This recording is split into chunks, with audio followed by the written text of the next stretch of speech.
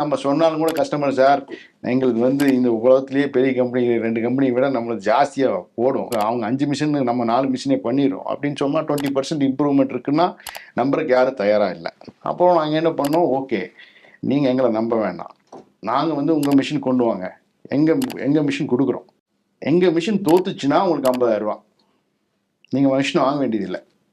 We call it as demo challenge அப்படின்னு சொல்லி challenge பண்ணோம் கஸ்டமர்கிட்ட.